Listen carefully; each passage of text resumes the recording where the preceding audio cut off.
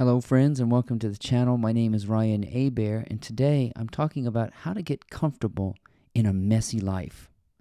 I'm not going to teach you how to change the conditions of your life.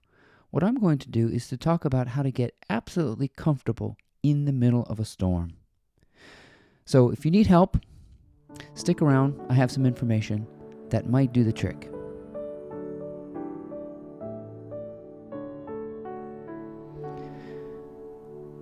Today's insights are going to be about learning how to be the eye of the storm. This is going to be about how to lie down in a messy room, to be comfortable in a messy situation, and to make friends with what appears as something that's opposing you. So this is the 4 L's. And I'm sure there's many more little tidbits, but these are the 4 L's of living comfortably in a messy life. And first of all, I want you to know you will never fix the mess out there. Okay? That's like, in order for you to buy into what I'm saying, you have to understand that the mess we must live with. The chaos we must live with. The loose ends, the incomplete thoughts, the hanging chads, the rough edges, the dissonance, all of that, the contrast is part of life itself. So the first way we learn to get comfortable in a mess is we learn to localize. We learn to minimize. A lot of this has to do with how much information you're taking in. I realized that I was taking in too much information. I was letting YouTube and Facebook and Snapchat feed me information that I really did not need. So localization is what I'm calling on a need-to-know basis.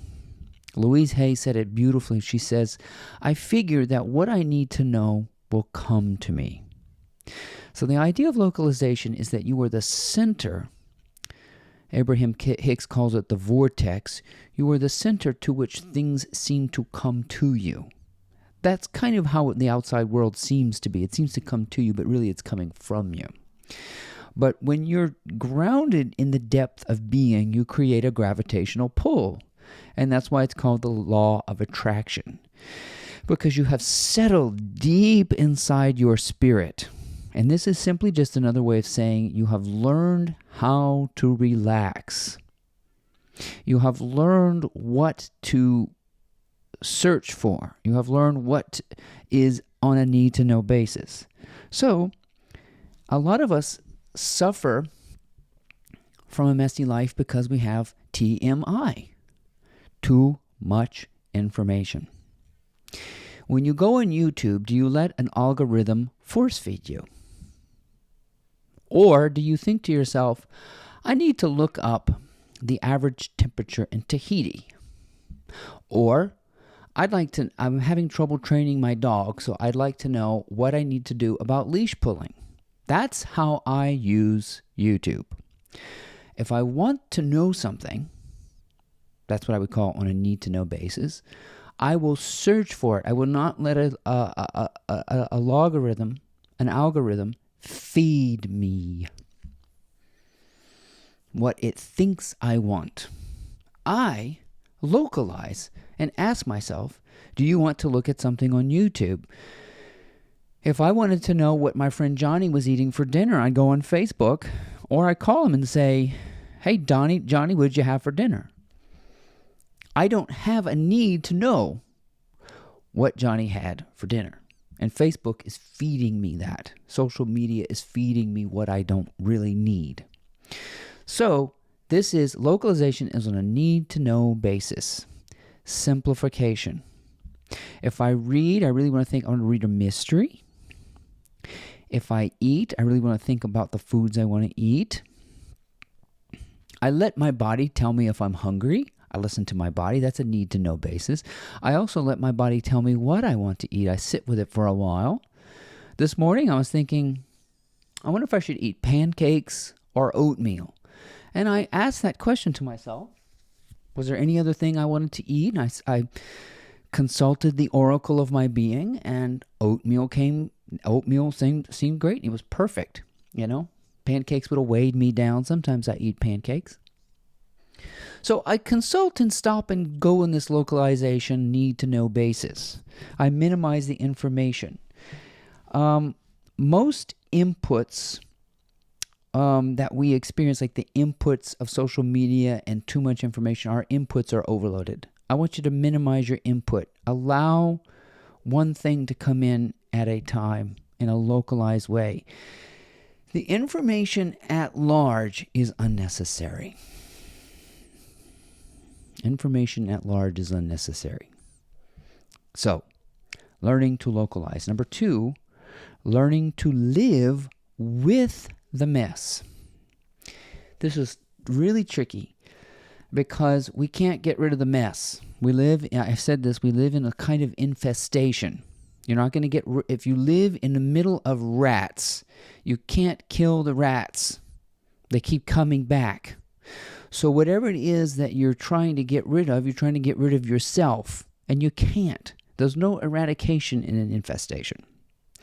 So let's learn to live in the chaos because of one important thing. Chaos and order are joined together in duality.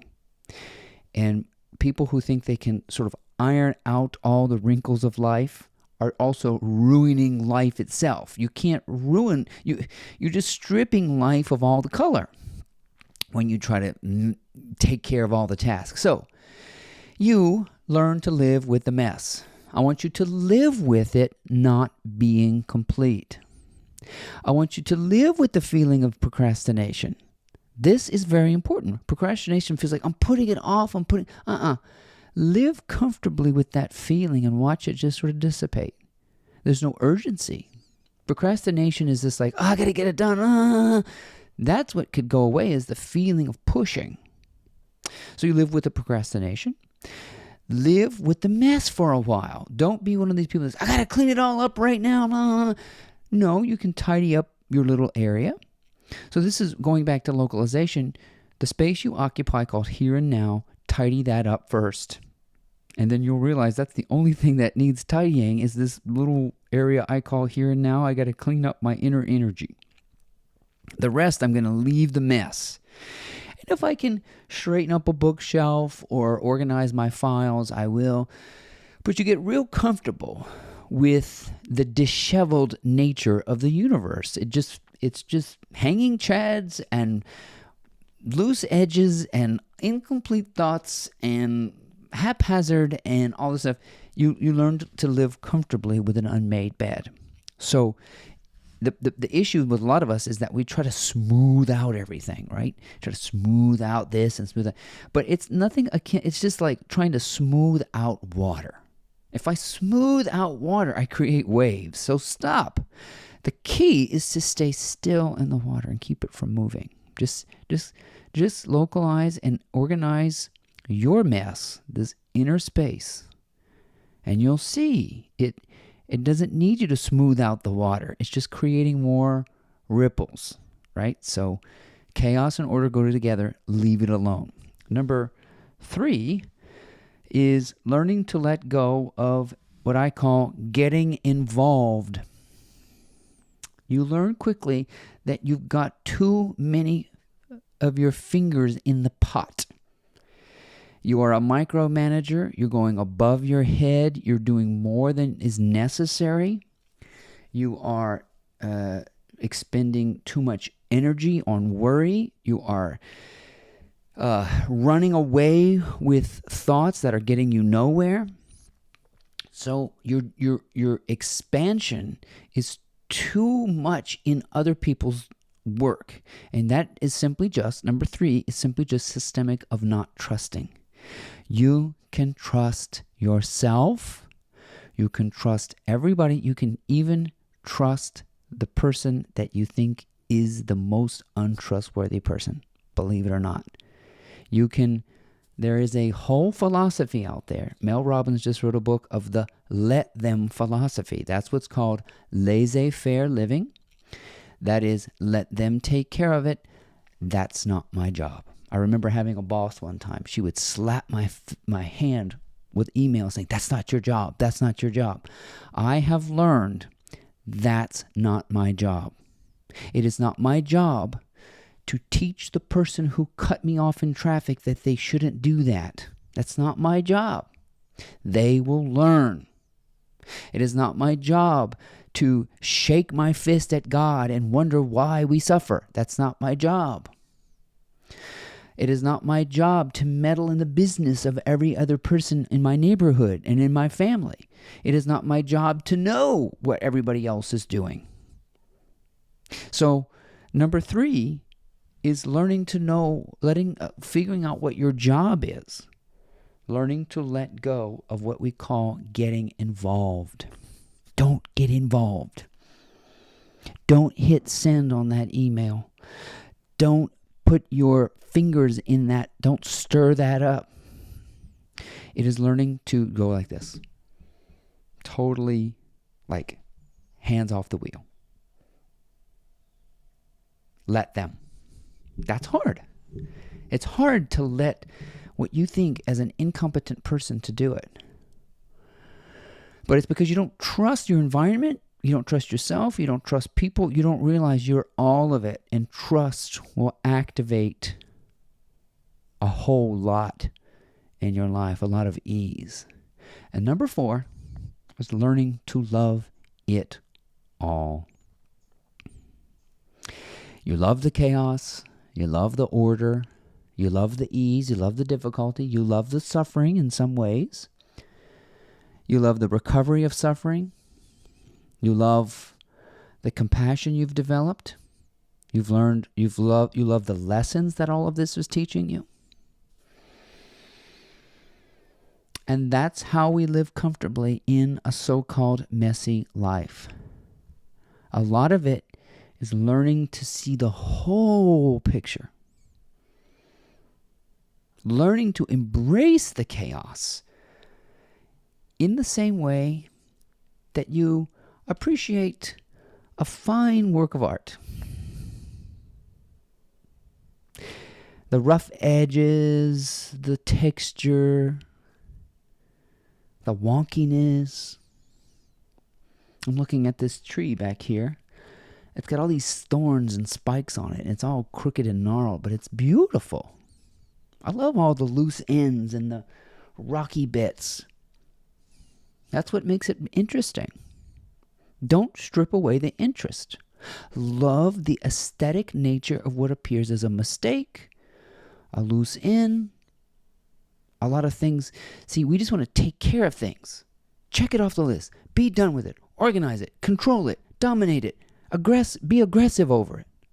Oh, no. Step back and see the whole thing and love it all. See it from a distance. Walk through life like it's a museum. Oh, this is interesting. Some contrast here, some variance. And when you're confronted by a person or whatever, see if you can stand in admiration of that confrontation too. That's part of the messiness of life. Can you be comfortable when somebody confronts you? Can you be comfortable when somebody goes up to you essentially and says, boo? Ah, that's right. This is part of our spiritual practice, is the learning to localize, learning to live in the mess, learning to let go of getting involved, and learning to love it all. Then you're gone. You vanish. You're not meddlesome. You kind of see it like you would be window shopping. And there you have it. You're not going to get rid of the mess. You're going to learn to love it and appreciate how interesting it makes life. I hope you enjoyed my insights today. My name is Ryan Hebert, and I highly encourage you to check out my daily blog, mymorningmotivator.com. Thank you for watching, and we'll see you next time.